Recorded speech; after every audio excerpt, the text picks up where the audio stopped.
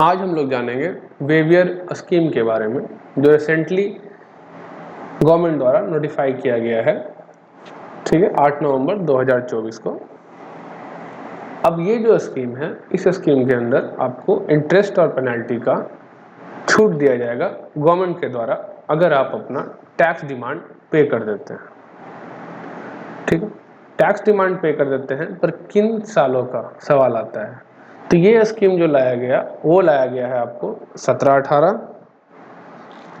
18-19 और 19-20 के लिए। ठीक है, और सेकंड इंपॉर्टेंट थिंग, सेक्शन 73 के अंडर अगर आपका नोटिस या डिमांड है, तो अगर ये डिमांड सेक्शन 74 के अंदर है, मतलब नोटिस और ऑर्डर अगर 74 के अंडर है, तो आपको ये स्कीम अवेलेबल नहीं होगा। तो ध्यान रखिएगा, आपका जो भी नोटिस या ऑर्डर है जहां आपका टैक्स डिमांड आ रखा है, वो सेक्शन 73 के अंदर होना चाहिए। सेक्शन 74 के लिए ये सेक्शन नहीं है। सेक्शन 73 और 74 में फ़र्क ये है, सेक्शन 73 कहता है कि आपकी गलती नहीं थी, मतलब बाय मिस्टेक हो गया, आप धोखेबाजी नहीं करना चाहते थे, मतलब फ्रॉड नहीं करना चाहते थे, सप्रेशन ऑफ फैक्ट नहीं था, बिलफुल मिसस्टेटमेंट नहीं था, उस केसेस में 73 आता है। और अगर 74 किन केसेस में आता है, 74 फ्रॉड्स के केसेस में, मैंने आपने जानबूझ करके सरकार से चोरी की, टैक्स की। ठीक है, अब इस स्कीम को अवेल करने के लिए आपको अपना टैक्स डिमांड जो है वो पे करना पड़ेगा, और वो आपको 31/3/2025 तक पे कर देना है। एक बार टैक्स डिमांड पे करने के बाद आपका जो सेकंड स्टेप होगा, जो कि एट प्रेजेंट अंडर डेवलपमेंट है, वो है फॉर्म जीएसटी SPL 01 और फॉर्म जीएसटी SPL 02 फाइल करना। एक बार जब आप form GST SPL 01 SPL 02 file कर देंगे, तो आपको वेवियर स्कीम का बेनिफिट मिलेगा। सिर्फ टैक्स डिमांड पे कर देने से आपको इस स्कीम में कोई बेनिफिट नहीं मिलने वाला। तो ध्यान क्या रखना है, अंडर डेवलपमेंट है, जनवरी 25 में, फर्स्ट वीक ऑफ जनवरी 25 को ये आपको अवेलेबल हो जाएगा। तो ध्यान क्या रखना है, फर्स्ट स्टेप टैक्स डिमांड 31/3/25 तक पे कर देना है। उसके बाद आपको SPL 02 और SPL 01 फाइल करने का समय दिया जाएगा, वो है आपको विदिन 3 मंथ।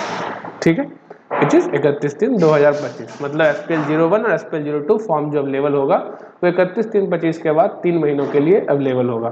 ठीक है, अब ये सर अगर मैंने टैक्स डिमांड जनवरी में पे किया तो आपके पास टाइम है, अब जमा कर दीजिए। ठीक है, काफ़ी समय है आपके पास। आपने मार्च में किया, लास्ट डेट को किया, तब ये आपके लिए वहाँ से 3 महीने के लिए 31/3/25 प्लस 3 मंथ, कहने का मतलब 30/3/26 तक, सॉरी 30/6/26 तक ये फॉर्म भरने का ड्यू डेट होगा। अब आपको ध्यान क्या रखना है, फर्स्ट केस, फर्स्ट चीज़, सेक्शन 73 में आपका डिमांड होना चाहिए या नोटिस। दूसरा चीज़, 31/3/25 तक आपको वो टैक्स डिमांड पे कर देना है। और थर्ड चीज़, आपको फॉर्म SPL 01 या SPL 02 जो भी एप्लीकेबल होगा आप पे, वो फाइल कर देना है, जो कि एट प्रेजेंट अवेलेबल नहीं है। जब अवेलेबल होगा तो उसके बारे में आपको बता दिया जाएगा। ठीक, इस वेवियर स्कीम का बेसिकली फ़ायदा जो होने वाला है वो है GSTR 9 वाले लोगों को, जिन्होंने फाइल नहीं किया। GSTR 9 के साथ प्रॉब्लम क्या हुआ ना लोगों के साथ, GSTR 9 का अभी भी पूछ लो बहुत लोगों से, तो वो कहेंगे इसका लिमिट है 2 करोड़। और सच्चाई तो ये है, इन एक्ट GSTR 9 का कोई भी लिमिट नहीं है, ये मैंडेटरी रिटर्न, ये मैंडेटरी रिटर्न है, कोई लिमिट नहीं है इसके अंदर, कोई लिमिट नहीं है। GSTR 9 का कोई लिमिट नहीं है, ये मैंडेटरी रिटर्न था।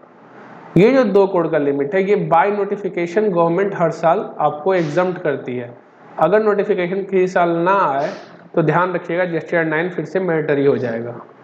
और ये जो नोटिफिकेशन है, ये 17, 18, 19 के टाइम में नहीं था, इनिशियल पीरियड में।